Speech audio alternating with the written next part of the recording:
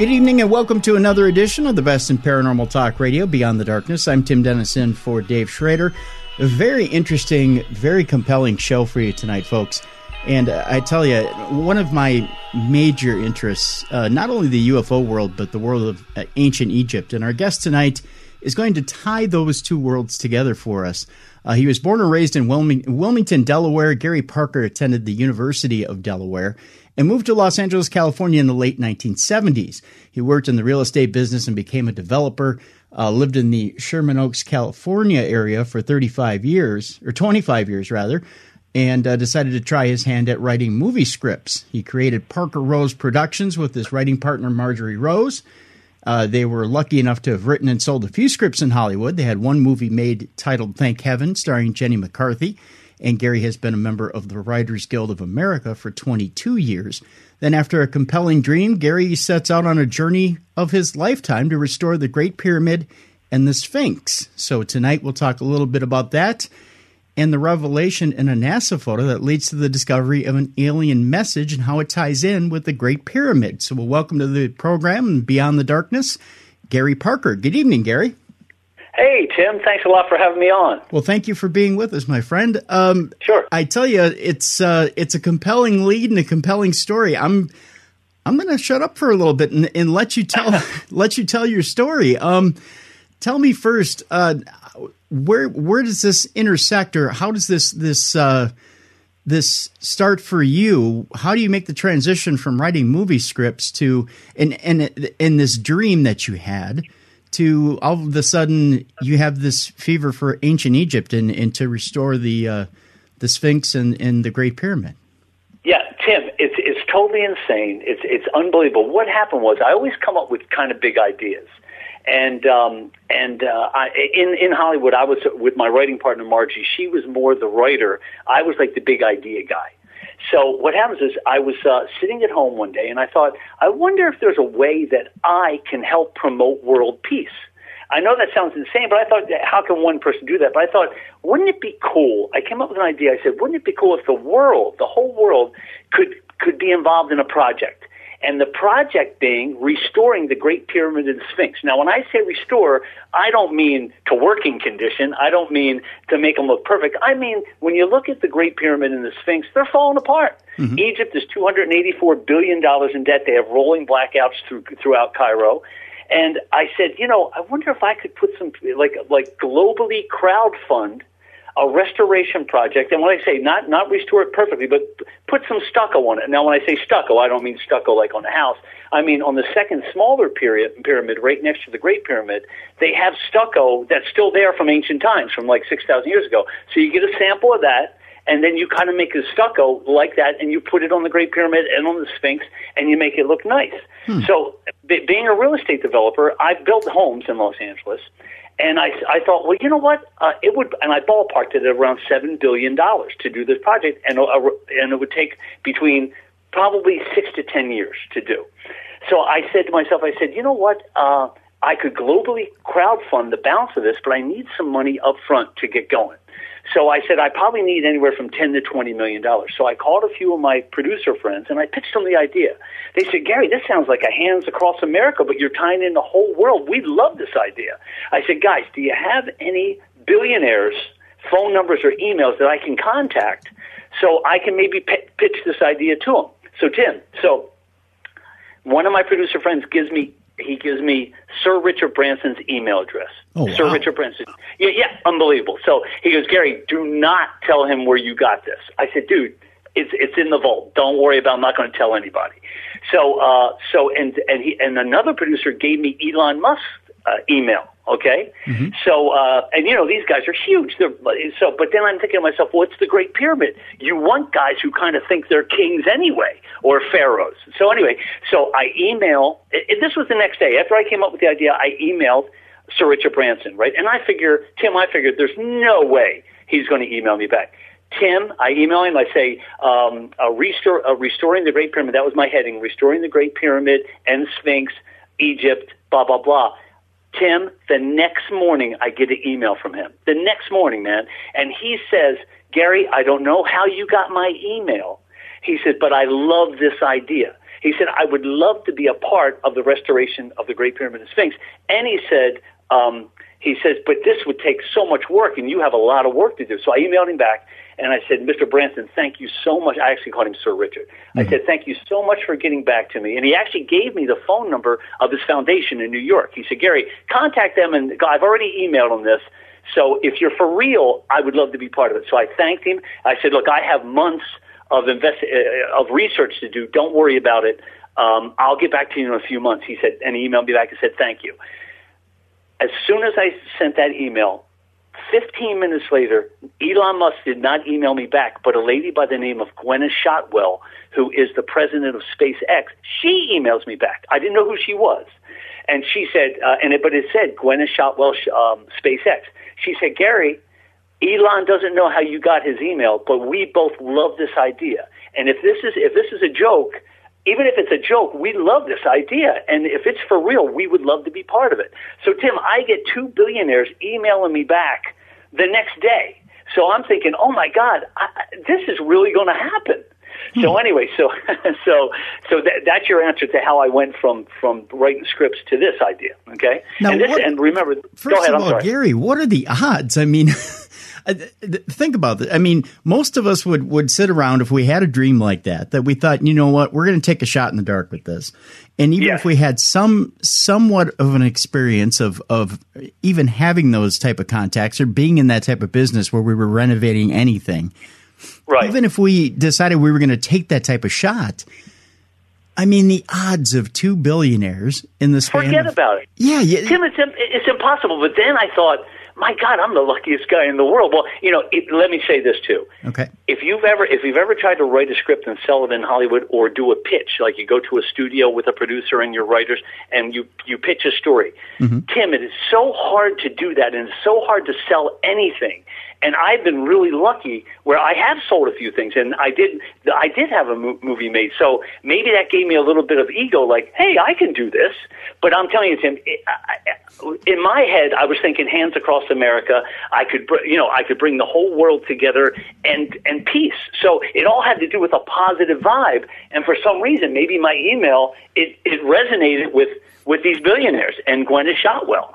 So anyway, so what happens is I'm extremely excited, and I think, oh my God, I have to get in touch with the ambassador to Egypt, over in Washington, D.C., because you can't do anything without, because you're talking about the antiquities division over here in Egypt. Right. So I emailed the ambassador in Washington, D.C., and I said, Ambassador, this was the next day.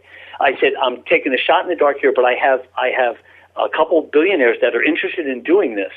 And he emails me back, and he said, Gary, if this is for real, he says, I will help you push it. I will help you as much as I can. So in my head, I'm figuring, look, with the whole world pitching in, remember, there's 7.2 billion people on the planet. Everybody throws in a buck. Or schools and high schools and junior highs, and it's a whole fundraising thing for the Great Pyramid and the Sphinx. Everybody in Egypt is going to get paid. Everybody in Egypt is not only going to get paid because we're going to use all the people in Egypt, but then the people in Egypt are going to realize that the world loves them. That we don't hate Egypt, because Egypt because they can't get tourism. This would just boost their tourism off the scale. Mm-hmm. And that's what the ambassador emailed me back. He said, Gary, this would really help our tourism. I said, that's my whole plan. It's about world peace. So anyway, Tim, I don't want to keep beating this to death. So what happens is I'm super excited, and I'm thinking, oh, my God, I could do all my homework. So that day, I said, well, you know what? I should go to the NASA website and download a photo from the International Space Station of the Great Pyramid and the Sphinx, and see where you can put machinery and people and all that kind of stuff, just to take a look, because I've never zoomed in. I've never been to Egypt, and I've never really zoomed in on any of the pictures. You just, when you see them, you just say, oh, that's nice. There's Cairo. There's the Giza Plateau, and you move on. So, Tim, I get one picture, just one picture from the NASA website, and if I can give the file number, sure, because I want everybody to know the file number is ISS 032-E-009123. Okay, one more time. That was ISS 032-E-009123. Okay, and the picture was taken on July 25th, 2012.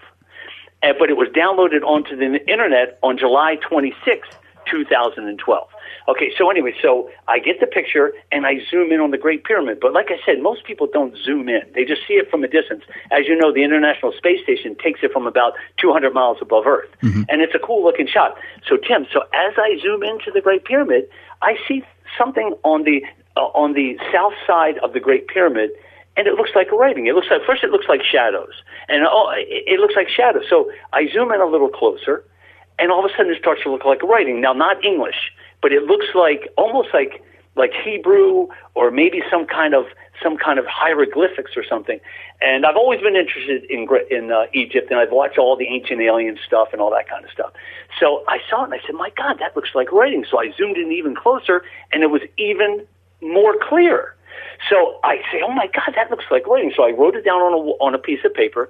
I took a picture and I emailed it to some Judaic scholars, some Aramaic scholars, because you can get these people's emails from the universities on the internet, mm-hmm. and they say and they're linguists. They know all about these ancient languages. And I send it to like 6 of them, like 3 Judaic scholars, 3 Aramaic scholars, 2 Egyptologists, and a couple other people. And some people in Israel. So anyway, so I said, is this a language? Can you tell me what it says? So they look at it, and the next day I get a bunch of emails back from them. And one lady she's kind of famous. She's an Egyptologist, and her name is Dr. Salima Ikram. And she is the head Egyptologist at the American University of Cairo. She said, "Gary, where did you find this?" And I said, "I found it in a NASA photo beside the Great Pyramid." She goes, "Would you send me the photo?" I said, "Sure." But as you know, Tim, most times if you ever talk about the Great Pyramid, people think you're nuts, especially if you find lettering. Now, this lettering is almost as big as the pyramid. That's how big it is, and it can only be seen from the sky. Okay, so yeah, it's amazing. So what happens is she gets it, and she emails me right back. She goes, "Oh, my God." She says, "Gary, I see this. And it is writing, but I don't know what it says." She said, "Please give me some time." And I emailed her back, and I said, "Do you think it's shadows?"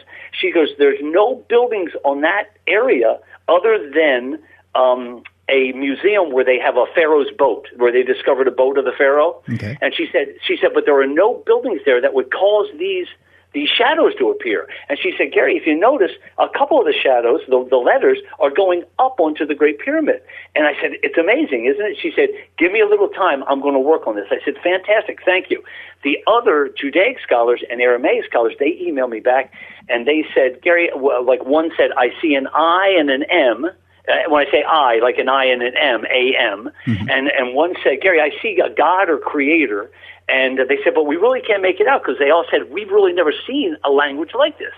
And I said, "This is fantastic." But what happened was, Tim, like I said, they were all kind of throwing darts around. No one could actually translate it perfectly.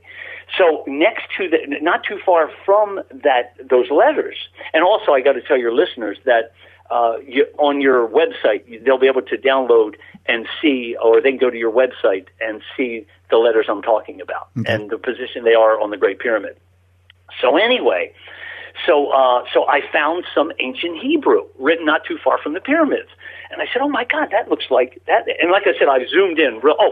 Can I backtrack 1 second? Sure, absolutely. Yeah. Okay. Well, I forgot to tell your listeners, when you go to the NASA website, when you put in those letters and numbers I gave you, you have what will pop up. It will say NASA. When you click on that number, the file number, what will pop up will be NASA pyramids at Giza, Egypt. You click on that, and then the NASA photo will pop up. You have to go to the right side of the photo, scroll down to where it says download image. And then I want you to click on full size. You have to click on full size, or you won't be able to zoom in onto the Great Pyramid or anywhere where I'm going to be describing to you. Okay, does that make sense, Tim? Yep, makes sense. Does that make sense? Okay. Yep. So anyway, I find this ancient Hebrew. And I knew it was Hebrew because I'm from, I've seen movies and everything. So I said, oh my God, that's Hebrew. But it was the kind of Hebrew I didn't know what it meant. So I emailed it down to a Judaic scholar at the University of Arizona. Now, this is all happening within a week or two of Richard Branson, giving me the okay and Elon Musk and Gwyneth Shotwell. Mm-hmm. So I find this ancient Hebrew. I write it down and I send it to one of the same guys at the University of Arizona. His name is Dr. Edward Wright, and he's a Judaic scholar. He's worked on the Dead Sea Scrolls. A brilliant guy. Well, I send it to him and I said, Dr. Wright, can you tell me what this means? And he emails me back. He says, yes. He says, that says God and the Lord of the underworld. And I said, oh my, he goes, where did you find this? I said, I found it in a NASA photo. And he said, can you come down to my office and show me where you found it? I said, absolutely. So I get in my car the next day. I drive down. It's only an hour and a half away. Okay. I drive down to the University of Arizona. And like I said, please, if you have any questions, Tim, stop me because I'll go on and on. Keep going. I'm listening. Yep. Okay, cool. So what happens is I go down to the university and I show him I show him exactly where on the NASA photo where it is, and he sees it and he says, Gary, that does say God and the Lord of the underworld. He said, but I'm not going to believe this. And I said, well, why not? I said, it's amazing. He said, Gary, I can't believe it because why would this be in a NASA photo? He goes, I think you may have photoshopped this. And I said, Dr. Wright, if you go to the NASA website, you can pull up the photo yourself and you can look at it. I said, by the way, how many people know ancient Hebrew? He goes, well, not a lot. And he goes, and it's a shot in the dark that you wrote this, and it's on this photo. I said, Dr. Wright, I didn't write it. I'm telling you, this is here. This is some kind of message. And then he asked me, he said, well, how did you get to see it? And then I told him the story about restoring the Great Pyramid and the Sphinx. He said, that's an awesome idea. I said, thank you. He goes, but Gary, listen, man. He goes, I have 10,000 students. I do 10,000 online. I don't have time for this. And I said, well, can you refer me to anybody? And he actually said, well, I got to ask you to leave. So anyway. Why did he ask you to leave? You come across this huge discovery. Now, you know what? Now, Tim, you got to remember, you and guys like David Schrader have open minds, okay? You have open minds. You guys are open to everything. Your listeners are open to everything. You go into these academic situations and I've met with scholars. I've met with biblical and Judaic scholars. I've met with rabbis and priests. I've met with ministers. Anyway, what happens is when I come into your office and I sit there and in a half hour or 20 minutes, I tell you like a tsunami of information. They're drowning. They're saying, Gary, this is impossible. Everything you tell me is just totally insane. I totally understand where they're coming from because these guys their whole lives has been structured. They've been in schools. They go to books. They look on the papyrus or a block of stone that they pick up, and they see these things. They're not open for a message being in a NASA photo. Do you agree? I would agree to a point, but see, there's also a point, Gary, where I have two friends who are archaeologists, and I know if you showed them that photo, they might salivate and say, you know what, that phrase alone would strike their curiosity to the point where they'd want to research it and they'd want to know why that phrase is there, why that says that. And they'd probably want to go down the same road that you took on this. Right. Well, let me just say this. I also went to ASU, Arizona State University, and I met with two computer science professors who actually can build software. These guys are geniuses. One was named Dr. Gupta. The other one was named Dr. Whitehouse. They saw the photo. Now, you got to know something. When you zoom in on this photo, Tim, and I'm jumping ahead of the story, but the photo actually has 4 levels to it, Tim. 4 levels. And the best way to look at this photo is with a laptop computer, because what you have to do is you have to be in a dark room. You have to bring up the picture, download the picture. You have to zoom in and you have to tilt it. Every inch or two that you tilt it, it changes levels. You'll see different colors, and at the bottom level is a bunch of words written in ancient Hebrew. And now after Dr. Wright kicked me out, and let me just say this: he's a great guy. He's really nice. He's really sweet. But he actually said to me, he goes, Gary, listen, man, I have a reputation to uphold. And he said, and I'm going to be retiring soon. I can't be involved in this. And I said, well, can you refer anybody? And like I said, he said, there's the door. So, but he said it in a nice way. He said it, and I had to laugh. But then I thought to myself, like me, I'm so open to this stuff. If anybody came to me and showed me this, I'd say I have to know everything. So anyway, okay, Tim, back to the story. Mm-hmm. So the guys up at ASU, they saw it, and they saw the letters, they saw everything, and they said, Gary, listen, man, we can't be involved with this. We have thousands of students, and we don't know if you did this. And Dr. Whitehouse actually said to me, the guy up at ASU, the professor at ASU, he goes, Gary, the only people who could do something like this to this photo would be NASA, because I couldn't do it. He said, and I build software. He said, I can't do this. This is amazing. I said, yeah. I said, thank you. And then he pretty much said, okay, you can leave now. So anyway, yeah. So believe me, for the past 2 years, I've been kicked out of more offices than you can possibly imagine. But anyway, what happened is, after I found the Hebrew writing and it said God and the Lord of the underworld, and the other translation actually says, the one next to the Great Pyramid, it says, I am who I am, creator of all things. That's what it says. That's a translation.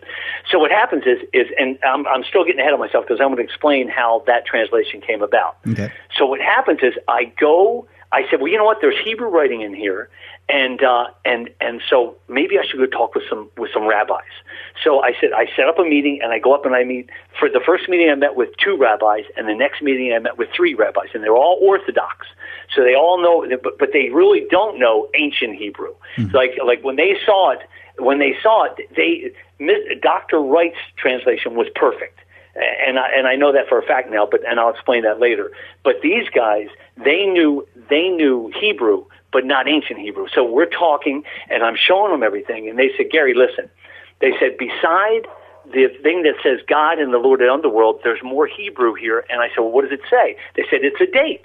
It says July 26th, 2022. I said, well, that's kind of weird because the day that this photo was downloaded onto the internet from NASA was July 26, 2012. So that was only 10 years away. I discovered it, the photo, in 2015. Okay, so they said, yeah, it says July 26, 2022. They said, but Gary, we have a problem with this. I said, well, rabbis, what's the problem? Now, they all said this, even though I was in 2 different meetings with 2 the first time, 3 the next time. They all said, well, we all have a problem with this. I said, well, what's the problem? They said, well, we believe that only miracles can happen in Israel. And I laughed. I said, guys, come on, that's a joke, right? And they go, no, we really believe that. And it can only be a Jewish person who can find these. So you kind of like have 2 strikes against you. And I said, well, guys, does it help? On my mother's side of the family, her great-great-grandparents were both Jewish. And they go, well, it doesn't really count. You know, you're not Jewish. I was actually, Tim, I was actually born and raised Episcopalian, mm-hmm. but I haven't been to a church or a temple or anything like that for 40 years. Oh. So I'm not the most religious guy in the world. Okay. So I thought, both sets of rabbis said the exact same thing. They said, Gary, we see the letters, we see everything. And I said, well, this is a drag. So anyway, so what happens is that night, now, Tim, here's where the dream comes in. Mm-hmm. After all this happens, right, and I'm thinking, look, this is some kind of ancient alien thing where I can see these things and I can show people, but they refuse to see them. Even though they translate them, they refuse to believe it. And I said, okay. So that night, I'm asleep. Now, Tim, just know this. I've never seen a ghost. I've never seen an alien. I've never had any kind of paranormal experience ever in my life. So I'm asleep. And just know this, too, Tim. When I sleep like a rock, like 7-8 hours straight. I don't even move. I lay completely still. And so I'm in bed.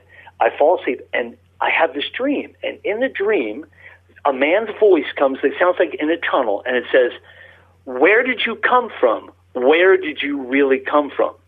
And it said, and when it said that, it said, go to the river, face east, and ask that question. And I go, what? So, Tim, I usually wake up every morning around 7:30. Mm-hmm. This morning, when that happened, I woke up at 5:45 in the morning. I was covered in sweat, and I was shaking. And I said, what's wrong with me? Because I'm kind of healthy. And I all of a sudden, I look up at my desk, and the computer, which was off, it pops on to the NASA photo. And I look at the photo and I go, how the hell did that happen? So I said, this is so weird. So what I did was the next morning I said, this is some kind of sign. I got to go down the river. Well, luckily for me, I live in a place called Santan Valley, Arizona. And it's not too far from a place called Florence, Arizona. And in Florence, there's the place called the Gila River. Now, most of it's dry. I don't know if you ever heard of the Gila River Indians, but, they own a casino up here and all that kind of stuff. Okay. But they've been here for thousands of years.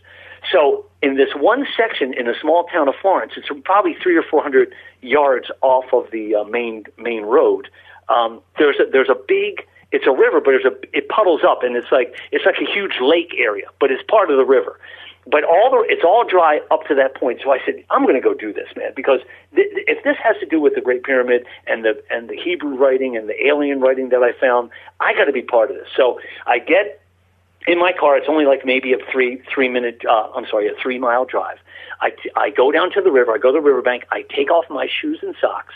And Tim, I messed up on what the guy told me to say in the dream. He actually told me to say this in Hebrew, which I didn't know Hebrew, but I called one of the rabbis, and they told me how to say it phonetically. Okay. So I go down to. I'm getting too excited. You can tell in my voice I talk way too fast. That's okay. That's okay. Yeah, that's that Hollywood pitch man. And so what happens is I go to the river. I take off my shoes. I stand in the water just up to my ankles, and I face east like the voice told me, and I yell out these words in a mantra, and I say it really loud. And the mantra is Abba, Abba, Abba, Kadosh, Kadosh, Kadosh. Where did you come from? Where did you really come from? Now, Abba, Abba, Abba in Hebrew is Father, Father, Father, and Kadosh is Holy, Holy, Holy. So I say it 3 times really loud, and I have my hands up, and I yell it out, and I'm looking up to the east, I'm looking up to the sky, and I say it like for, let's say, 5 minutes. So instead of saying it just 3 times, I say it like 6 times. Well, nothing happens. So I come back home, I turn on the NASA photo. Oh, my God, Tim, I can see everything in this NASA photo. Now, when I say everything, what I'm going to say to your listeners is this. If you download the NASA photo onto your laptop or onto your computer, make the photo small, like 6 inches by 6 inches or 7 inches by 7 inches, and put it in the middle of your screen. When you look at the photo, Tim, do you have it up or you can't see it? Well, I have it in front of me. Yes, I do. Okay, you do. Now, is it small? Can you see it? Let me grab it here real quick. Yes, it is small. Okay. Yep. Okay, it's small. Okay, now on the right-hand side, you can see that kind of like goldish area. That's all the Giza Plateau. Can you see that? Yep. And almost down the center of the picture, you can see that's the Giza Plateau. On the left-hand side is Cairo, and you can see the Nile River. And then up above, it makes kind of like a cross. That is Ring Road. That's an 8-lane freeway that goes into Cairo. Okay. But can you see that? Yep. Okay. Well, what I did, so when people can see it on your website, on the right-hand side of the photo, and I outlined it on the photo I sent you in red, that is the left profile of a huge alien. Not a gray alien, but an alien with a huge elongated head, where his nose would be, his nostril would be the Great Pyramid. As you come down from there, you see a little lip, and then you see his mouth, and then you see a round chin, and he has a real big, thick neck. Can you see it at all in the photo? Yeah. Okay, now, and think of Nefertiti. Remember the wife of Akhenaten? Right. Yep. The most beautiful woman's bust. Mm-hmm. Think of her, but with a thick neck. Think of a male version of her, but a little more alien, like with her long, elongated head. So the whole right side of that photo is the left profile of an alien's face and neck. Can you see it at all? I was going to say, yeah. I'm looking at the side by side of the map and the alien, and then. And seeing what you're saying with that. But the other thing I was going to mention, too, is when you mentioned – it's funny you mentioned Nefertiti, because when you bring up Nefertiti, the automatic I think image that comes to everyone's mind when you say the headdress. Yes. The headdress is long, elongated, much like the alien's head. There you go. It's the first one you think of. Yeah. Exactly. So yes, exactly. So, and if you can see, just to let your listeners know, when you look at where the Nile is and the ring road that comes up and then it goes down onto the Giza Plateau, it turns into a white wash. Can you see that? Mm-hmm. Okay. Well, that is the alien's head. Like that's his whole head. That kind of like is cutting his head almost in half. And then you come down a little bit from there, and you see he has a bump where his eyebrows would be. And then you come down, there's a little point where his nose would be. And like I said, the Great Pyramid would be his nostril. Then it comes down, there's a little lip, and then there's his mouth, and it looks like buildings are his teeth in a way. And then it comes down, there's a round chin, and then it comes down into like I said, the whole big, thick neck profile of an alien. Yep. And can you kind of see it? Yeah, I can definitely see that. Okay, so what happens is I see that, I say, oh my God, there's an alien there. So, what happened was after all this happened, I said, you know what, I should contact NASA. Okay, so what I did was I Googled, and I noticed that in Northern California there was, and you could actually get the people's email address. I Googled a place called the Ames Research Center in Northern California. And the Ames Research Center, I think they're pretty much responsible for the robots up on Mars. Okay? Okay. So what happened was and the president at that time of Ames Research Center was a guy by the name of Dr. Peter Worden, Worden. Mm-hmm. So what happens is I said, and it had his email address. So I emailed him. I said, Dr. Worden, and just like emailing Elon Musk and Sir Richard Branson, I thought there's no way this guy's going to email me back.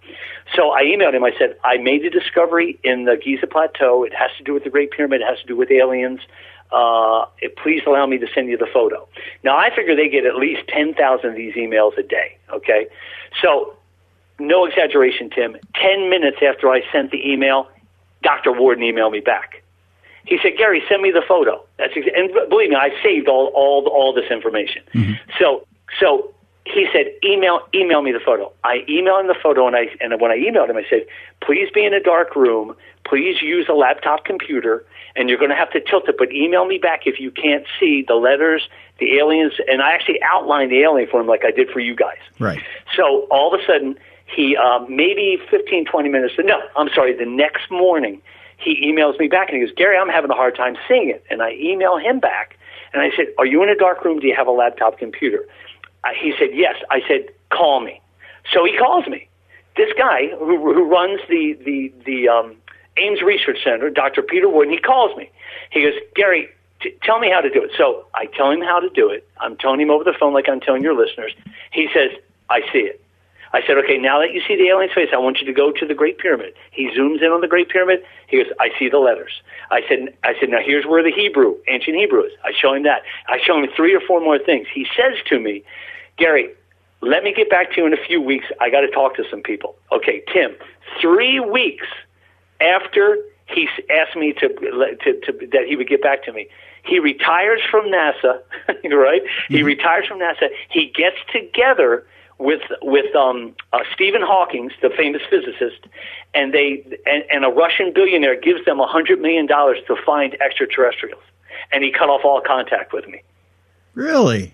Dude, it's amazing. Isn't that insane? Gary, let's stop right there because we have to take our break. That's a very interesting point to stop right there, and I want to find out. Dude, I'm brilliant. Come on. That's when we come back. Let's talk a little bit about that. That is bizarre. I know. Wow. We're talking to Gary Parker, our guest, and we're talking a little bit about his efforts to.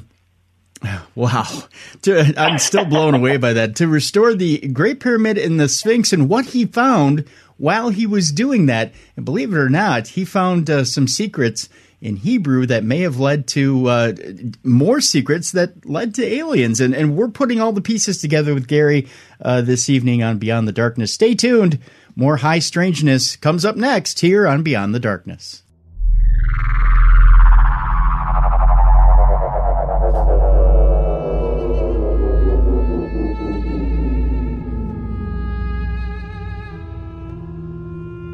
Ladies and gentlemen, I have a grave announcement to make.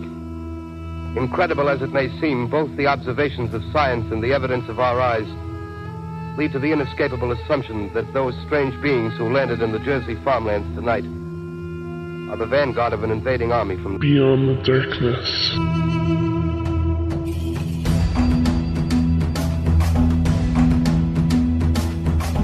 Welcome back to the best in paranormal talk radio, Beyond the Darkness. I'm Tim Dennison for Dave Schrader, and a fascinating story tonight. Gary Parker's our guest, and we're talking about his initial effort to, wow, I'm still wrapping my head around this, Gary. Your initial effort to restore the Great Pyramid and the Sphinx, which you discovered these letters, or this writing, this Hebrew writing, which eventually led you to this entire journey in which you run into Richard Branson, Elon Musk to get funding. I never Tim. Just to make it clear, I don't know the guys. Right. I never talked to them. We just emailed. You just email back and forth. Yes. In that, you've run into many different specialists, scientists, trying to get a handle on what this writing was on the side of the Great Pyramid, and now you're into an area where you're discovering that aliens are involved. Absolutely. And pick up when we left for the break, you had told us something amazing, and recap for the folks what exactly you had said. You had talked to this specialist who essentially you talked to him, and you had said what? You mean from NASA? Yes. Oh yeah. He was his name was Dr. Peter Warden, and he was the president or / director of the Ames Research Center. And this is the guy who really could hit it home for you. Well, I figured this guy could really help out if he could see these things, because as you know, talking over the phone, it's tough. But I figured, you know what, he's going to be able to see him, because I outlined everything and I pretty much showed him. Over the phone, I was telling him how to find him in the dark room with a laptop, and he says to me, he goes, "I see him." He goes, "I see it." And I said, "Great, that's fantastic." And I said, "Where should we go next?" He said, "Let me get back to you. Give me a little time. I'll get back to you." I said, "Fantastic." So 3 weeks later, he retires from NASA. He gets together with Stephen Hawking, the physicist, and they go to a Russian billionaire. He gives them $100 million to find ETs. So I figure, hey, I'm kicked out of that circle. So, but that's okay. You know, I had a feeling as soon as I heard he had retired, I said, my God, and plus he cut off his email from me. Whenever I tried to email him again, it said, you know, you're not allowed to email me. So anyway. Now, Gary, it seems like you're on the precipice of finding some really strange connection, even alien connection, and he's been essentially hired by a billionaire to find this stuff. Why wouldn't you be his first source? Well, you know, probably because he doesn't want to cut me in on the deal. You know what I mean? He might be greedy, you know, and maybe Stephen Hawking is greedy. I don't know. Okay. And maybe it's because I'm some hack screenwriter from Hollywood / real estate developer, and they think, who the hell is this guy? Well, Tim, believe me, I'm going to explain who I am and how more crazy this whole story gets. Okay. Are you ready? I'm ready. All right. So anyway, after that happened, I was a little bummed out. But I thought, okay, well, that's typical, you know, bureaucrat. You know, he wants the big dollar, the payday, and he wants all the accolades. So okay, great. So, but what happens is he's never been down to the river. So after I have the first dream, and the voice says to me, go down the river and say these things in Hebrew. Every once in a while, like every 3 or 4 days later, the same. I don't have the dream. It just says, a voice says, go to the river in my dream. Just that, go to the river. So I go down to the river and I do my whole spiel. I say the spiel and then I yell up and I go, hey, how can I help? Show me more. If there's any way I can help, let me know, because I'm gung-ho. I'm your man. I'm your boy. So I come back and I see more and more in the photo, and I could actually show, but it's hard, like I said, to describe how to see everything in the NASA photo over the phone. But I got to ask you this real quick, Gary. The first time you're told to go to the river, you got to feel a little crazy. This has got to be a little bit like the scene in Close Encounters with the mashed potatoes. I mean, yes. Do you feel like you're just or even the Devil's Tower scene? Do you feel like, you know what, this seems like a little odd to me, that I should be even going to a river, that I should be doing anything, that I should be yelling anything? Right. And especially, I don't know how to tell you this, Gary, but to most normal people, if you were to yell Abba, Abba, Abba out loud, people would think you'd get really shitty disco records thrown at you. That's really funny. But that is funny. Not really, but it is kind of funny. I'm just saying. But what happens is, if I was in Israel, they'd all be applauding me. But I'm not. I'm in Santain Valley, Arizona. Right, exactly. / Florence, Arizona. But how did you? But here's what I was getting to. How did you know it was that river in that area of your town? How did you figure out that you didn't have to travel anywhere to do this? That you could do it in your own backyard? It was the only river here. So I figure, but let me just backtrack. One thing that happened to me that because you're right. If you think about this, a lot has happened to me in a short period of time, like in crazy things. Mm-hmm. But what happened was now I'm going to explain to you how I think I was connected to this. Okay. And I didn't tell you this before because your listeners would probably say, Gary, this is just too crazy. This just doesn't happen. And they're right. And you're right. What happened was 10 minutes before I was born. 10 minutes before I was born, my mother, back in the late 50s, mm-hmm. my mother passed out, and and just know this, she has told me the story ever since I can remember, from 4 years old up to 59 years old. Okay, so she has always told me this story every year on my birthday. She said, Gary, she said, 10 minutes before you were born, she says, I found myself in a real dark place. I don't know where I was, but it was completely dark. And a voice came from a tunnel, and it said to me, it was a man's voice, and it was terrifying, and it said, where did you come from? Where did you really come from? That's what it said to her. So every year of my life, on my birthday, she's always told me that story. She said, Gary, that means something. So Tim, when I had that dream and that voice said, go to the river and say these words, and then it said, where did you come from? Where did you really come from? I said, holy hell, this is how I'm connected. This was some kind of message from that long ago.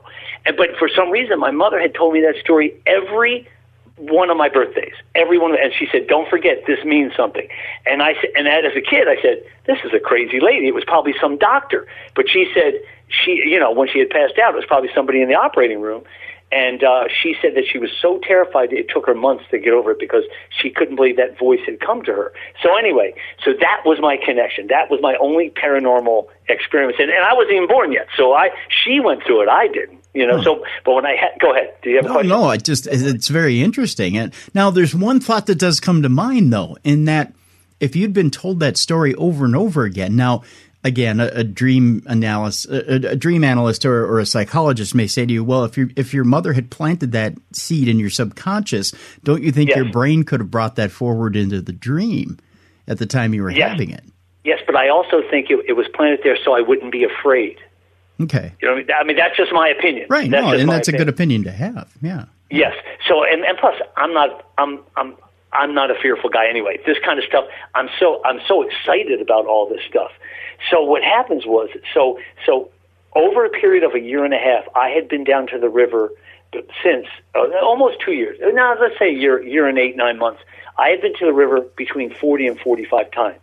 Every time I come back, I see him more and more in the photo. And so what happens, though, in between the 36th and 38th time, and I usually make a note of how many times I've been down to the river. It was either 36 or 38, I can't remember. But the alien who I showed you, and as a matter of fact, if your listeners can go to your website, you'll see a drawing of the alien. On the 36th or 38th time, I showed up at the river, and also I've had friends come down. They film me to see if anything pops up or anything like that. At this time, there was nobody. So what happens is when I show up, I do the Abba, Abba, Abba, Kadosh, Kadosh, Kadosh. Where do you come from? Where do you really come from? And then I ask questions. Well, all of a sudden, I see in the middle of the sky, as I'm looking to the east, I see something. It almost looks like crystals in the middle of the sky, almost like the sky is like cracking open in a way. And all of a sudden, some kind of like bright light comes over, and it goes over the river, over in this big body of water. It's huge. I mean, it's like a big lake. And I'm standing up and said, oh, my God, it's finally showing up. So I'm going to get some answers. So all of a sudden, there was kind of a platform of crystals. It's like it comes out of this crack, and it forms a platform of crystals. And below it, and below this platform of crystals, are these two angels. Now, well, I'm calling them angels, but they're actually they're called cherubims. And can you hear me okay? I hear some interference. No. Are you okay? You're fine. You're fine. So anyway, so I see these two angels, and they're below this platform. And I don't know if you're familiar with a guy named Ezekiel. Did you ever hear of this prophet Ezekiel? Sure. Yep. With the spinning wheels and all that kind of stuff. With the wheel in the air. Yep. Exactly. Well, that's what it was. But there wasn't four of them. There was only two of these angels. But I recognized one of the angels from the NASA photo. As you zoom in, I could actually show them to you, but it's hard to do over the phone. So, and actually, I had one of the rabbis translate the Hebrew written under this face that's in the photo, and it said Uriel. That was the translation, Uriel, who actually is a cherubim that is on the left side of the Garden of Eden that actually stops people from going in and out. And I recognized him, and I said, and to tell you the truth, since I've been down the river so many times and all this stuff has been happening, it was exciting for me. The only thing was I was hoping somebody would come by so they could see it, but I'm in the middle of the desert. There's like nothing there other than this big body of water. So so I say to him, I go, "You're Uriel," and he actually had the four faces. On his left side was a lion. On his right side was it wasn't an eagle. It actually was a raven. And then he had kind of like a bull or an ogre look on the top, and he looked human in the front. And I knew exactly who he was. I didn't know who the other angel was, but they had the spinning wheels and everything. And like I said, above them was this platform of crystals. And on top of the crystals was this huge alien that I showed you the profile, and I have the drawing that I made of it. And he's standing on top. It wasn't a throne, and I could see his face as plain as day. But his face, even though he looked alien, he had a huge head. And he was huge. He was like 30 feet tall, and the two cherubims were probably between 18 and 20 feet tall. And what happened was, as I'm looking at this, Tim, it looks like almost like a projection, almost like a hologram. Like I could put my hand to it, but it was too far above the water for me to reach. So it was probably 20, 30 yards away from me. So I'm thinking, oh my God, this is like a projection coming from somewhere. And there's that alien. And I'm just freaking out. When I say freaking out, I'm like loving it. I'm going, and I have like a million questions. And I'm asking a bunch of questions. All of a sudden, I hear over here to my right. Now remember, you're out in the desert. A lot of kids ride their their motorcycles and their ATVs all over the desert. So some kid has come over to the bank on a motorcycle because you hear like that. So I turn away from this vision because I want someone to see it.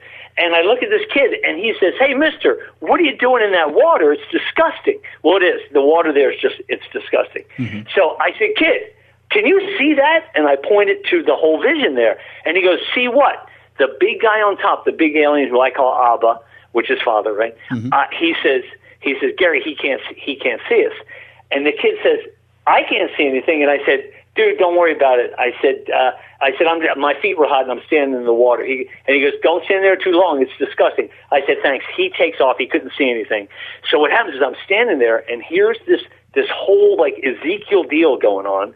And the big alien, when I'm looking at him, like I said, he's huge, and he has huge arms and huge shoulders, and I can't see his feet because his feet are kind of like melted into the platform that is crystal. But he's wearing kind of like a reddish robe, and he's wearing a breastplate that has like it's like bright gems on them, right? I don't know if you're familiar with Raiders of the Lost Ark or the Temple and the Ark of the Covenant. Oh yeah. Whenever the Jewish priests had to go into the ancient priests, they had to wear a thing called a hosen, I think it's called Hosen, and it was a breastplate, and it would light up certain colors for them that it was all right for them to enter. So, which actually the ancient aliens said that had to do with radiation at the time. But anyway, so do you have any questions? No, keep going. I'm listening. I'm very intrigued. Yeah, no doubt. Anyway, so I can see this alien's face, but inside his face, it's made up of between 50 and 60 biblical-looking characters, men and women, and they're all kind of circling his face, and they're all talking, and some of them were talking in Hebrew, but it sounded like an Aramaic, that type of language. I don't know if it was Aramaic, because I don't know what language Jesus spoke, but all of them look like ancient biblical characters, and they all made up his face. And even though the angel, Uriel, he spoke with me with his mouth, and let me just say this too, like the Ezekiel account, they all look like burned brass. They were like burned brass. That's why it was like you couldn't touch them. It's like your hand would go right through them, like a projection. And so the big guy, the Abba, the guy with the big alien, which I drew for you, he starts telling me things. He starts telling me, and I have like as you can tell, I talk a lot. So even when he shows up, I start talking. I go, oh my God, where do you come from? Where, what is it? And he's actually saying to me, but he's saying it kind of telepathically. I can hear his voice in my head, and it almost sounds like my own voice. And he says, just calm down. He goes, I'm going to answer all your questions. And he says, but there's things you have to do first. And all the answers are in the NASA photo. And I said, tell me one thing. Where do you come from? He said, we originate from the constellation of Cygnus, and it's in the NASA photo. Now, what's cool, Tim, is that if you look at the NASA photo, and if you look at the alien's profile, the left profile, he's looking at the Nile River. He's looking at the Nile River and where Ring Road crosses. Well, that makes a cross. The Northern Cross is the constellation of Cygnus. What the alien's profile is looking at is the constellation of Cygnus. What you can do is, so where Ring Road crosses with the Nile River is the constellation of Cygnus.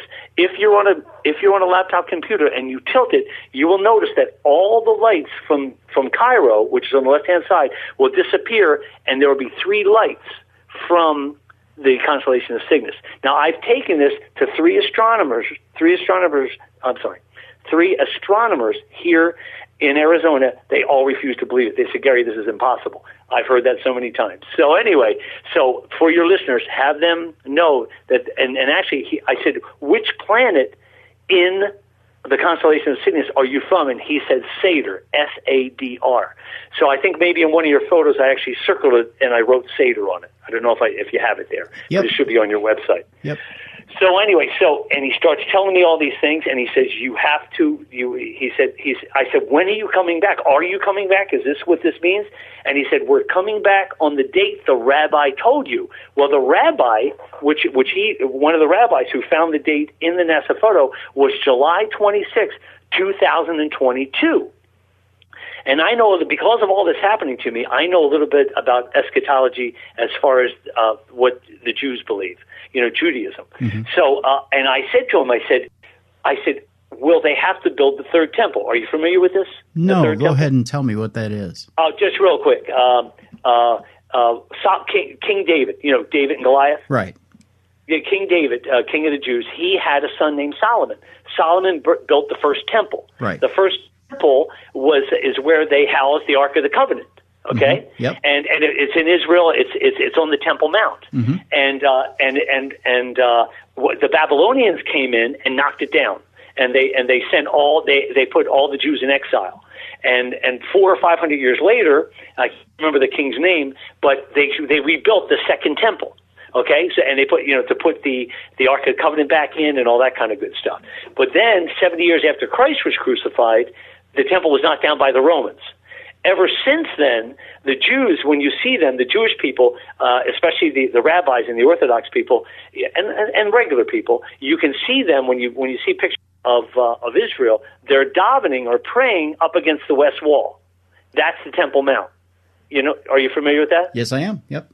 Okay, so what happens is they pray 3 times a day, and they always ask for the same thing. They ask for the Messiah to return and for the temple to be rebuilt, the third temple. So the first 2 were knocked down. So the alien, Abba, because I asked him, what should I call you? He said, call me Abba. I said, so Abba says to me, which means father, he said, Gary, I will be returning in the third temple. So I said, so you're going to be coming down in the third temple like a UFO, right? And he says, yes. Well, the cool thing is this. There are 2 famous sages from the 1500s in Judaism. One is called the Rambam, and I can't pronounce his name real good. It's Maimonides, and the other one was named Rashi. And whenever the Jews interpret the Tanakh or the Torah, they are always told that they have to reference the Rambam or Rashi. Those guys were the biggest geniuses in the world. Well, the Rambam, who's Maimonides, that's his shorter name, he said that mankind or the Jews have to rebuild the third temple. Rashi says that the third temple will come down from the sky and land on the Temple Mount, that it's already built. Well, that's what this alien told me. He said, Gary, I'll be returning in the third temple. I said, that's awesome. He said, and I said, well, why? Why don't you want them to build it? And he said, because I don't want any of my children being killed. He knows that, the Palestinians and the Muslims run the Temple Mount. They have the Dome of the Rock up there, with the gold dome, you right? Mm-hmm. So he says, I don't want anybody being hurt. I'm returning on July 26, 2022. And do you have any questions? I feel like I'm talking. No. I'm listening. I'm getting the full gist of the story here. Okay. Yes. Mm-hmm. So I apologize, man. No, you're fine. You're fine. So what happens is he said, Gary, he says to me, Gary, show everybody the NASA photo and tell them what's in here. Now, like I was telling you, in this photo are 4 levels, and there's millions and millions of images, and there's so much writing. But the cool thing is this: is right where the Nile River intersects with the Ring Road. And if you go, and just know this, when you're looking at the photo, it was actually downloaded upside down. So south is up and north is down. To the right is west, to the left is east, okay? If you follow Ring Road, and then it intersects as you're going east, which is left, you go east, and you follow Ring Road across the Nile River, and you go down onto the Giza Plateau, you'll see a white wash. Can you see that, Tim? Yes, there's a white wash that goes down the whole from the east to the west, okay? If you zoom in on that area, and you got to zoom in a lot, above that white wash, you will see, as you zoom in real close, you will see a river, and it's blue. But you got to tilt your screen, you got to tilt your laptop computer, and along that river, you will find the Garden of Eden. Now, I know that sounds insane, but it's there. What I did was I went and I showed this, the Garden of Eden, to a reporter here in Florence. He was actually a reporter at a small newspaper called the Florence Reminder. If you Google Gary Parker and the new Garden of Eden, you will read the article. Okay, so when you read the article, hopefully you'll be able to find the Garden of Eden that runs along that white wash, and it's just above that white wash. But also on the article, you'll be able to see I left my email address, one of my email addresses, where you can contact me if people want me to send them photos or they want me to send them instructions.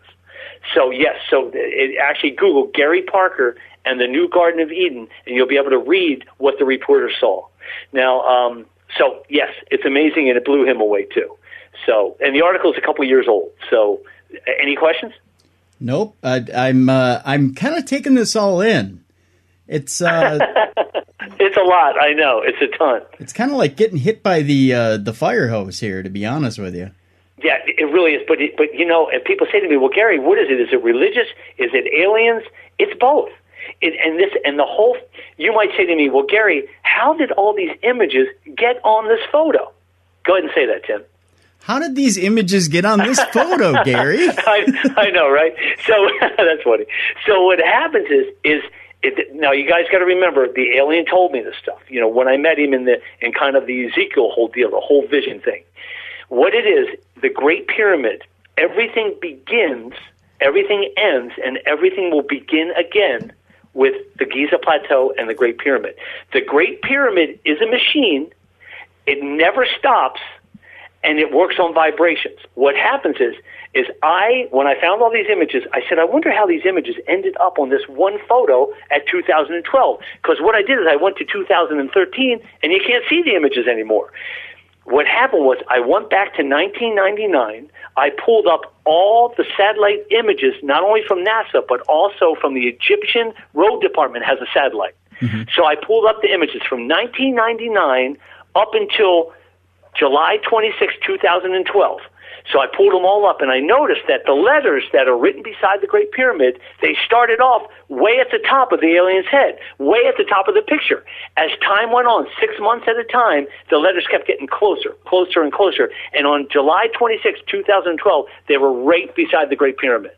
So if it was like an old cartoon where if you flicked them real fast, all the pictures, okay, you would see it was being built, and it was being built by vibrations. All the levels were. So what happens is, and I had actually asked the alien, Abba, I said, well, how can I prove to people that the now you got to remember, all these images and stuff he's given me, they're just coming in my head as he's talking, subliminally. So I asked him, I said, how can I show the public, how can I show the world that the Great Pyramid is a machine and it's still running? Okay, here's what he told me. Now, when I said he told me, not only told me, but he showed me. There was a National Geographic's video from 2002. It was called Into the Great Pyramid. On that video there was a guy named Dr. Zahi Hawass. You've heard of him, right? Yes, yeah, the head of the Antiquities Department, or former head. Well, he used to be, exactly. Yeah, former head. Well, what happened was he got together with National Geographic and a bunch of archaeologists, and they sent a robot up the Queen's Chamber, the south, what's it called? Help me. The South Wall? You know, it's 8 by 8. No. It's, oh my God. So here we go. The southern shaft of the Queen's Chamber, they sent, and it's 8 by 8 inches, and they sent a small robot up this shaft, 220 feet. Have you ever seen this special? To be honest with you, no, I don't remember. If I did, I don't remember it. Okay, well, it was huge. And what they did was they found 220 feet up, they found, and actually the first guy to find it was an engineer named Rudolf Gattenbrinks.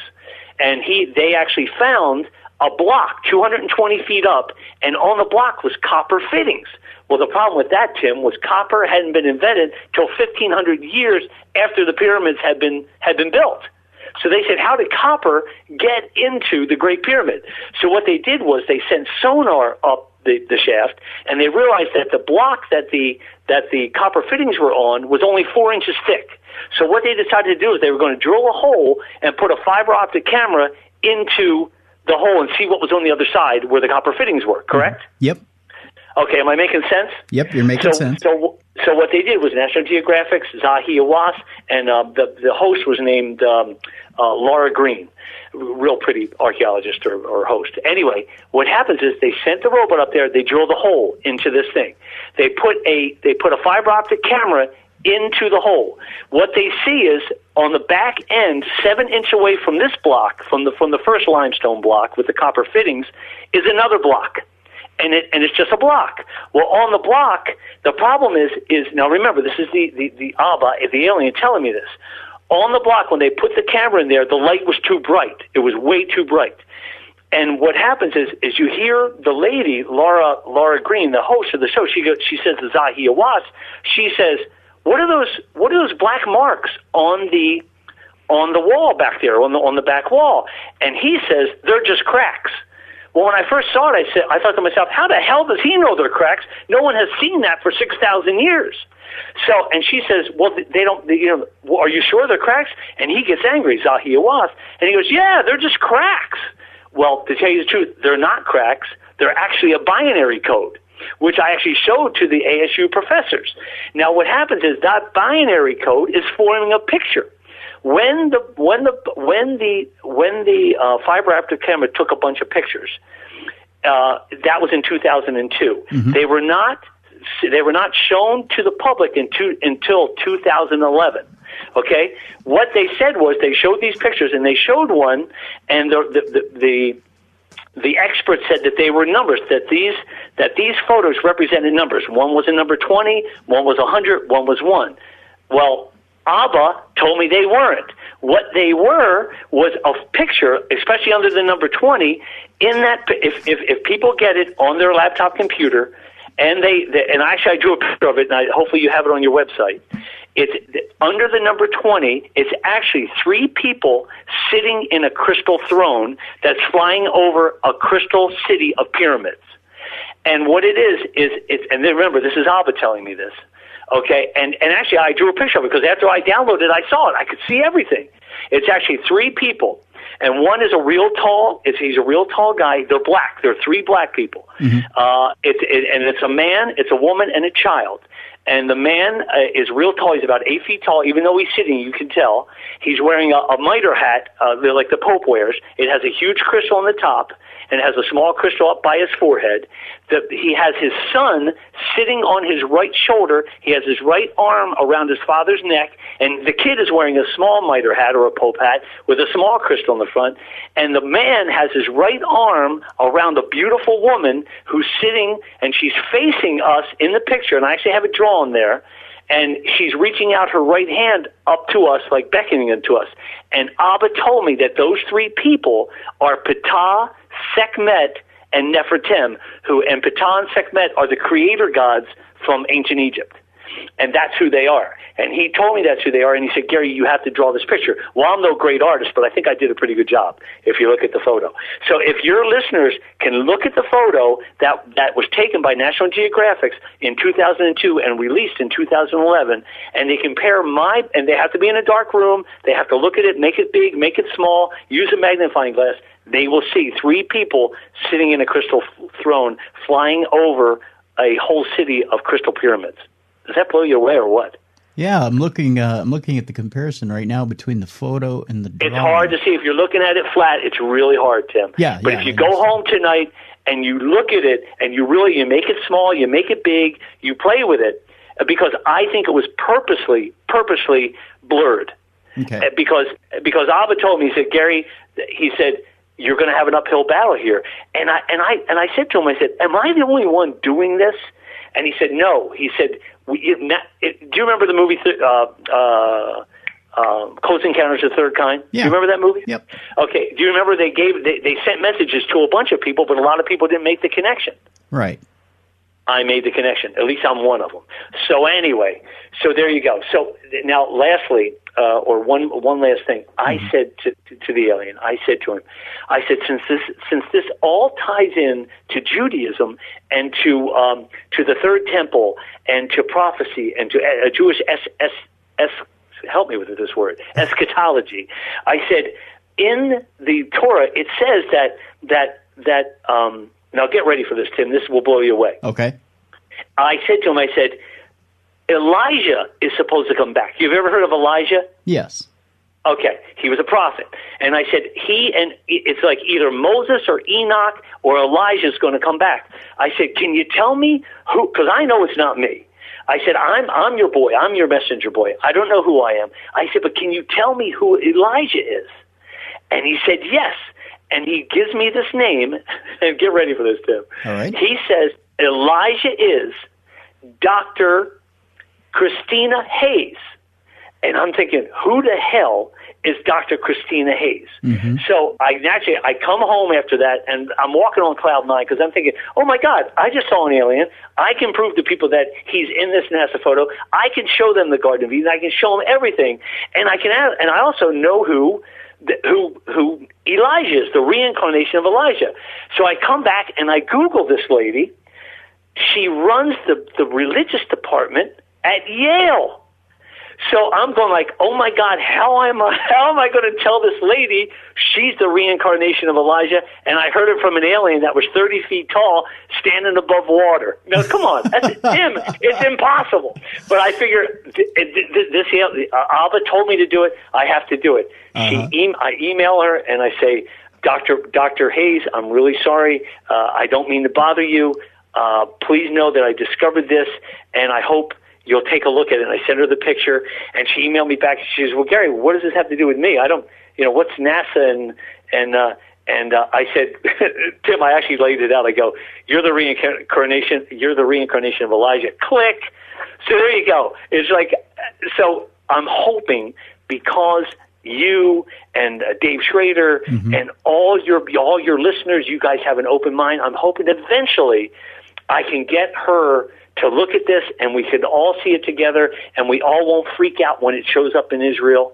And the people in Israel will say this is the most awesome thing that happened. And I can get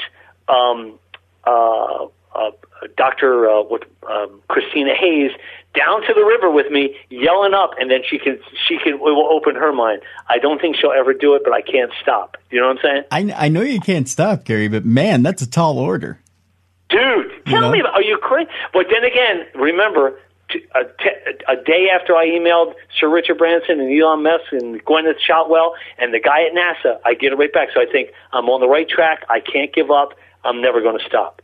Because my thing is that actually Abba, the alien, told me, he said, Gary, it's your responsibility that when we show up that the world knows this and nobody hurts themselves or other people. I said, I got you. So I think I'm responsible that no one commits suicide or goes nuts or has a heart attack. Now, I know I can't prevent the whole world, but I'll do my best, Tim. I'll do my best. So there you go.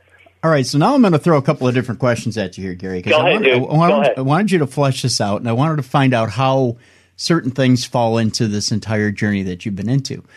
Sure. One of the things when I was going through the photos before we talked was the translation of God in the Underworld, or Lord of the Underworld. And when I saw Lord of the Underworld, the thing that kept hitting me was Hades.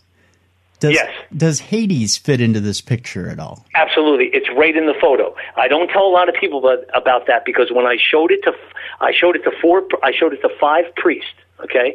5 priests, 2 of them started crying, and they actually cried, and they said, Gary, this is the end of the world, but, and I said, what's the but? They said, but this is not in the New Testament, so I don't have to believe it.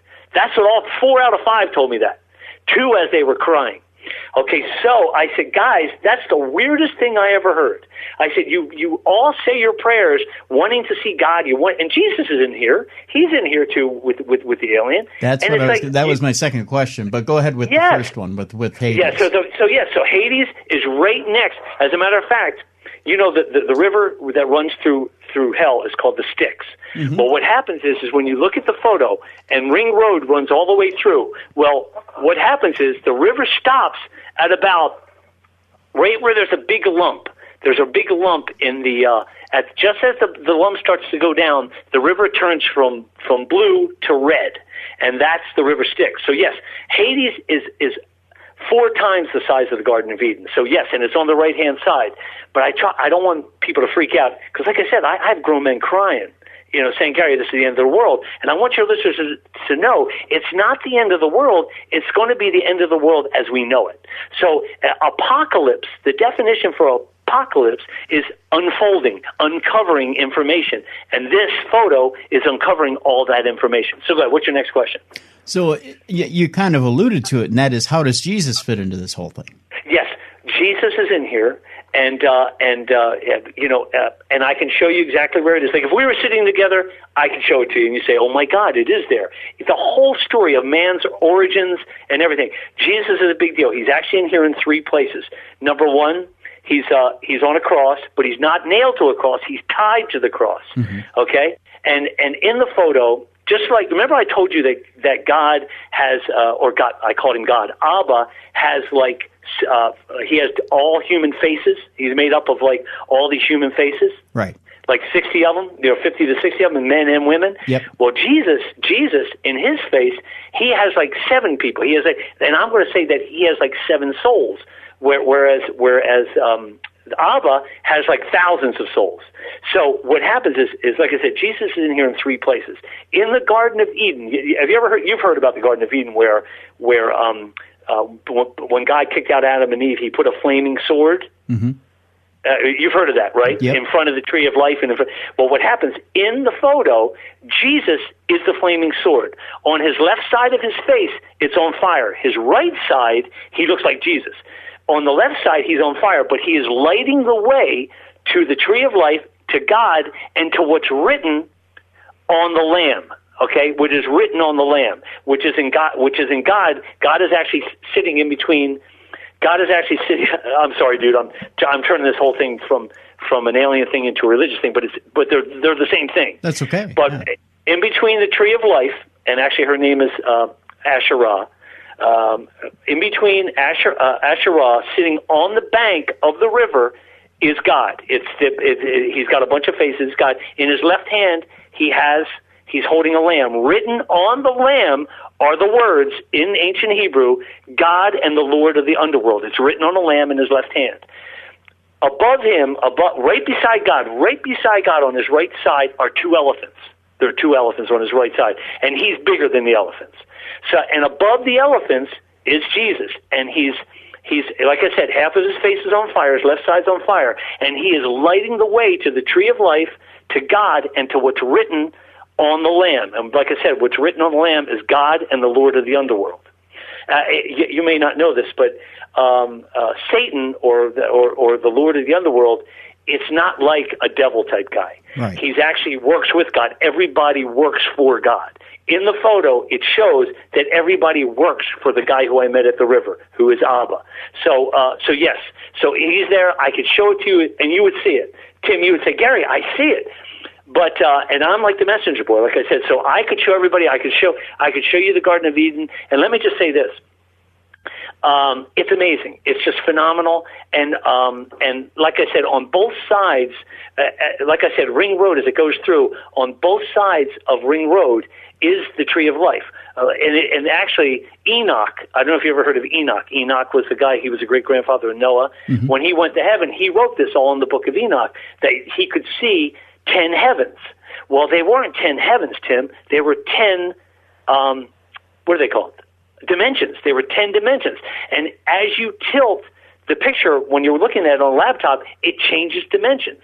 So what this is, it's a multi-dimensional beings. These are like fifth-dimensional beings, and this photo is a fifth-dimensional photo. And the way you can see it is by zooming in, zooming out, enlarging it, and tilting it and being in a dark room, and the image will pop out at you. Now, naturally, I've been looking at this photo for 4 hours a day for the last 2.5 years. So I not only see everything, I know where everything is, and I could actually am I talking too much? I feel like I'm running No, you're not talking too much, but I'll throw you the skeptic's version of this, absolutely. And that is, sure, go ahead. Okay, you've been in this dark room for 4 hours a day, and you've been tilting this. Well, no, not 4 hours a day. Like between 2 to 3 hours a day. Okay, every night. 2 to 3 hours a day, and you're tilting this photo, and you know it forwards and backwards. Now, a skeptic would say, Gary, are you reading into this photo a little bit, or have you? Are you now? Mind you, we've gone down this journey, and I'm just playing devil's advocate here. Absolutely, dude. Absolutely. Hey, believe me, I've met with 200 people. Mm-hmm. They actually sat beside me and saw everything in this photo and refused to believe it.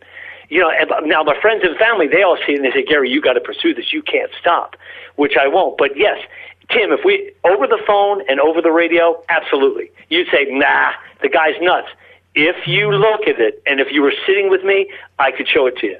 And you would say, oh, my God, you're telling the truth. This is a message that are going to show up. Go ahead. What's your next question? Well, just that in that, with that skeptic saying, okay, have you spent too much time in a room? Maybe you're taking a dream a little too far. Maybe there's a subliminal suggestion from what your mother had told you there.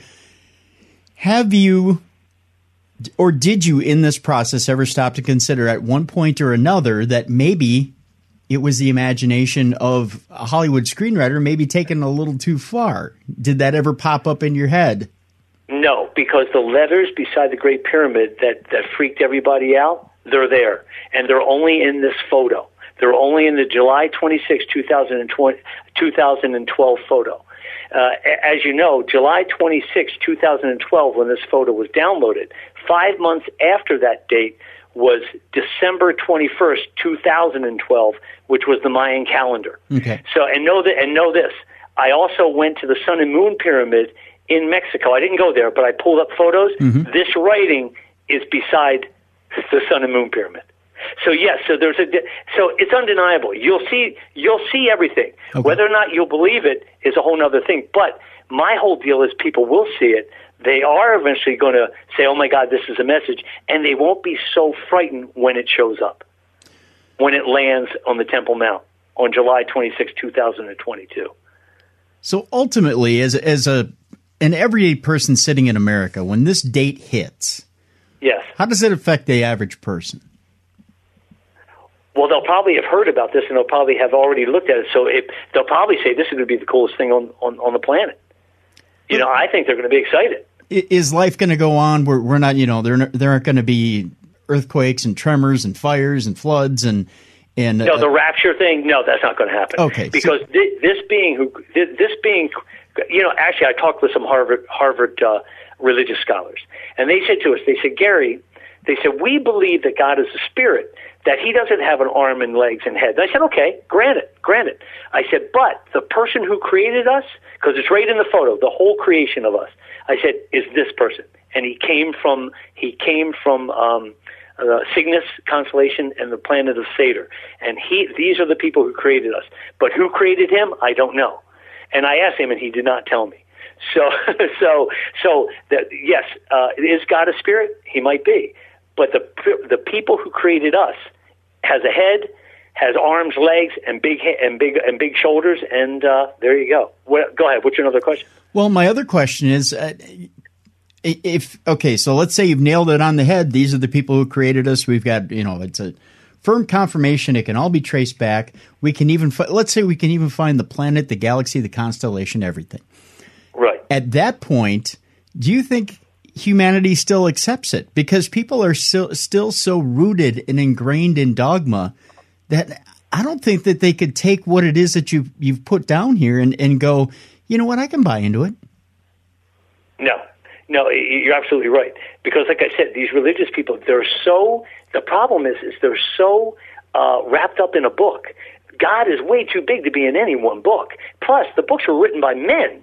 They were written by a divine person. So the thing is no, you're right. They'll fight it all the way up until it lands.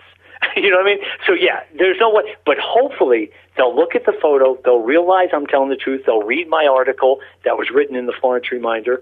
They'll take a look at it and they'll be a little less afraid. Because I actually had the rabbis. They said to me, well, Gary, if God shows up, we'll be dancing in the street. I said, Rabbi, you'll be crapping your pants. I said, that's what I said to him. I said, you'll be crapping your pants because you think God looks like Odin or Zeus. I said, God, the person who is the God of Moses and the God of Abraham, I said, he looks like an alien. He has a huge head, and you won't accept that. I said, so believe me, you'll be terrified. I said, but even worse than that, your children will be terrified, so you should show them this photo and tell them, be prepared for this, because when it shows up, you shouldn't. Cause I actually had some ministers say the same thing. He goes, well, Gary, if Jesus shows up, I said, well, he is going to show up. He'll be with this guy. He said, well, I'll be happy. And I said, no. No, minister, you will be terrified, and so will your children. So don't think about adults. Think about your kids. That's who's going to be terrified, because they're going to think it's going to be an invasion. So anyway, I'm sorry. Did I get off topic? No, you didn't. In fact, you're following my line of questioning, actually, right where I want to take it. And that is, supposedly around the time that the Bible was conceived, we were to believe that Jesus walked the earth in a human form. Yes. Has Abba ever mentioned to you whether when he would make himself known, or if he does make himself known, if he's going to do it in human form, or is he going to do it in his true form? You know what? Believe it or not, Jesus and all, you know how they say, because I actually asked him, I said, so is Jesus God? Because I'm thinking, you don't look anything like Jesus, right? Mm-hmm. And like I said, I don't want to get too crazy about this, but Jesus works for this guy. Jesus is part of this. Jesus was a big deal. But in the photo, Jesus is standing beside a woman, and there's two boys standing beside them. One is like 11, the other one is like 8. Okay, so, and Jesus in the photo ages, and he's old.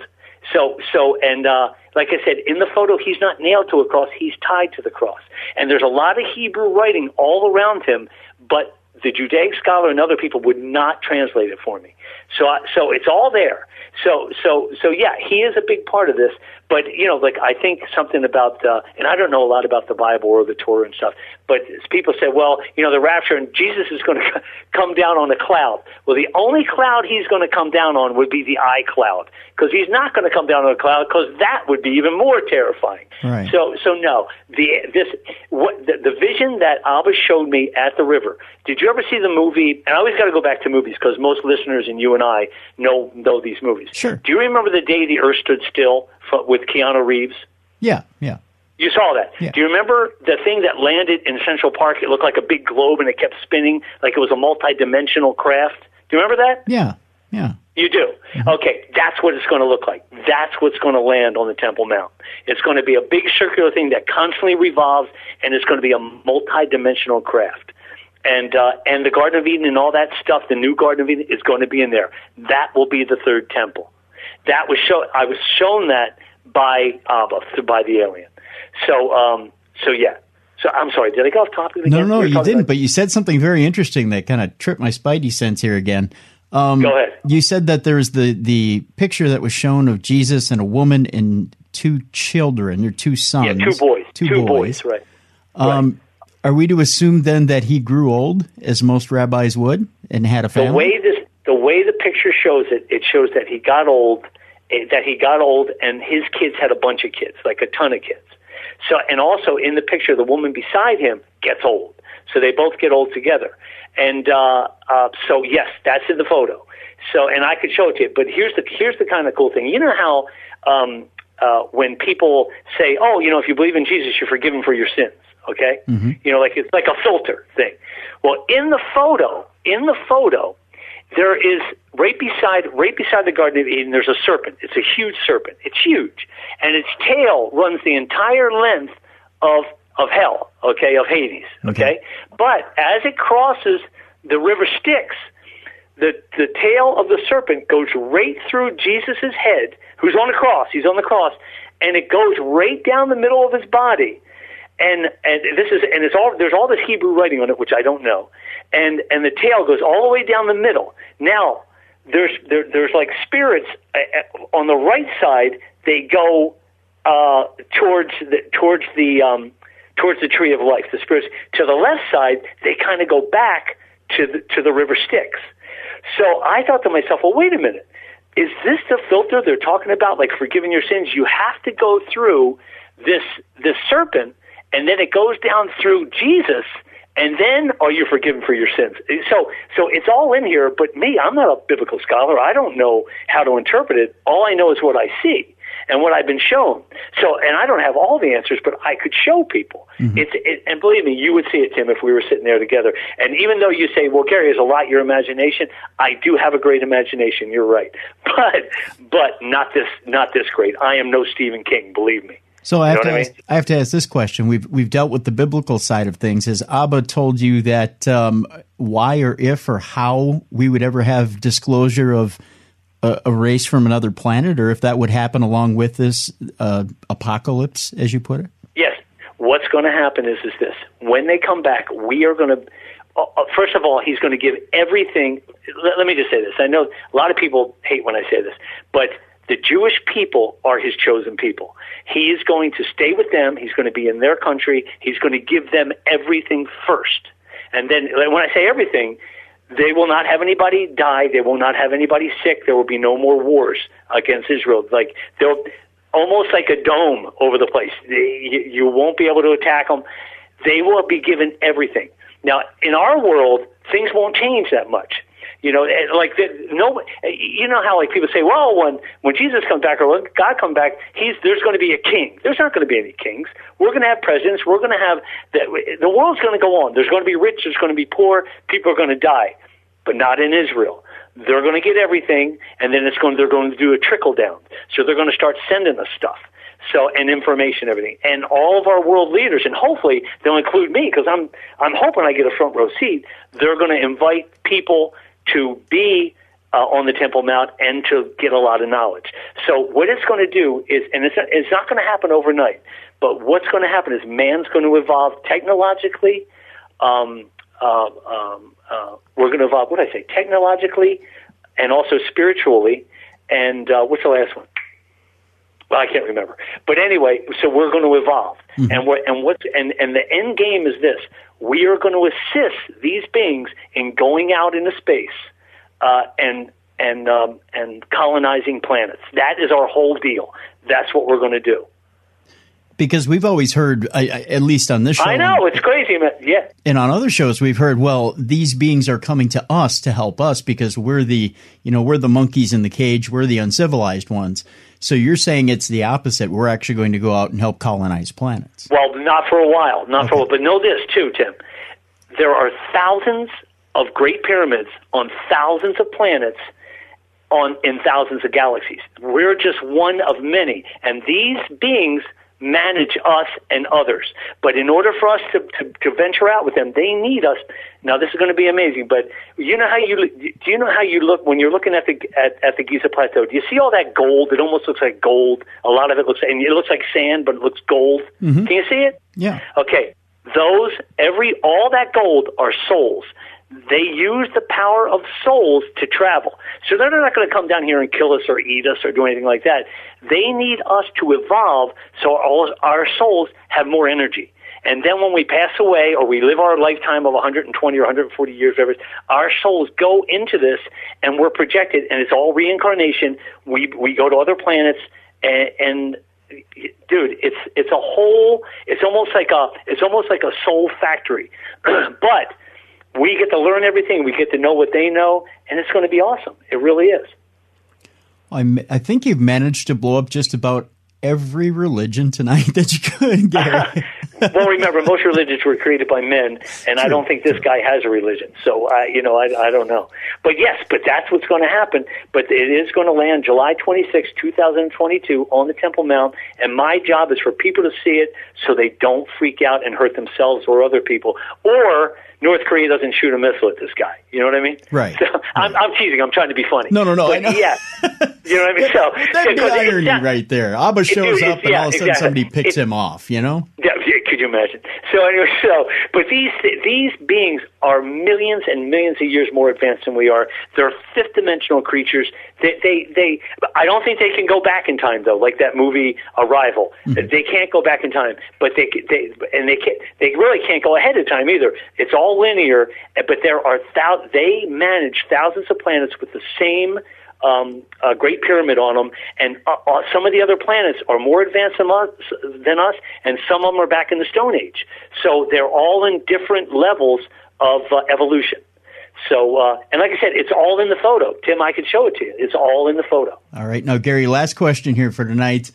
What happens, because we've heard prophecy before and things are going to happen on certain dates. That date it comes and goes, and nothing happens. Right. What happens if this date comes and goes and Abba doesn't make an appearance, or things don't happen the way you say they're going to happen? Absolutely. Here's the deal. What will happen is, hopefully, because it's about we got a little under 5 years before July 26, 2022. Mm-hmm. Okay, so if my message gets out the way I hope it will, and people will start looking at this and they'll realize this is a message, what happens is, and everybody will, because like I said, I'm like the Terminator. I don't stop. So I'll be pushing this down the world's throat, even if I have to restore the Great Pyramid.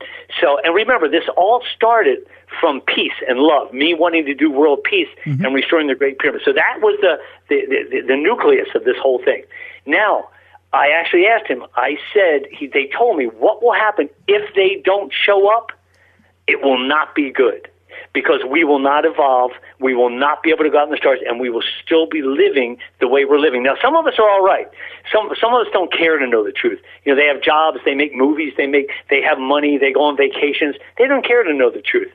And that, to me, would be the saddest thing in the world, because he actually said to me, Gary, if we don't return, saying that we're not evolved enough, that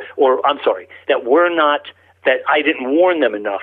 If they don't return, and it will be bad, because things will stay exactly the same, which would be horrible for me anyway. You know, because I love my life, and I love America, I love the earth, and I think there's so much more good people than bad people. Mm-hmm. But I want things to move on. I want to know the truth. I want to go to other planets. I want to know that I get reincarnated and that I get another shot at this. So to me, if they don't show up, we're going to be the same way we are, and that's sad. Stuck in a rut. To me, anyway. Right. What do you think? I think that would be a tragic story, to be honest with you. If so do I. After you know so many great things that can be seen throughout the universe, and you get to see them, and then it's like, nah, we're not going to give it to you because you guys are a bunch of assholes. Well, that would crush me. I'd say, like, oh my God, I didn't do my job. I'm a schmuck. So the hope that maybe they'll stone me here in Florence. You know what I mean? So anyway, Tim, here's what I wanted to tell you and your listeners too. Yeah. If you guys ever want to, come to Florence, stand in the river with me, and yell up. I actually had one elected official here, And he actually said to me, when he saw the Garden of Eden and everything, because I met with him, he said to me, he goes, Gary, do you think that river can heal people? And I said, well, I have no idea, maybe. And I said, why are you asking? He said, well, my son's dying of cancer, and it's stage 4 liver cancer. And I said, well, if you want to take him down, let's give it a shot. I said, because I figured then maybe if he did get healed, people would say, oh my God, he healed him, then my message would get out even faster. Well, he said, I'm going to talk to my wife about it and I'll call you. The next day he called me and said, my wife and I, we're not going to do it. And I said, well, how long does your son have? He has 3 weeks to live. I said, are you sure, man? Let's try it. So let me just say this. I don't know if the river can heal people, but I would love to give it a try. So if you know anybody and they want to come down to Arizona and try to get healed, I do it in a heartbeat. And there's no fee. It's all free. All right. That sounds like a plan, too. So there you go, man. I don't know. Gary, now, you got to get the information out here somewhere. What vehicle do you have to get the information out to people? Other than my mouth and this phone and you, I really don't have anything.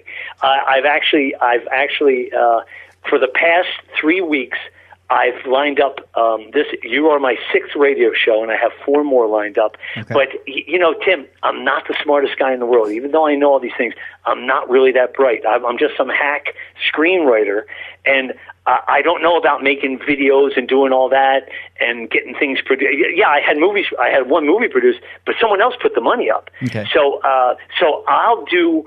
If there's any way to get the message out and anybody has any advice, can I give you my email that they can email me? Yeah, to? Please do. Okay, it's let me make sure I get it because it's a new one. Okay. It's g.parker, Parker, 36 Gary, Gary, at AOL.com.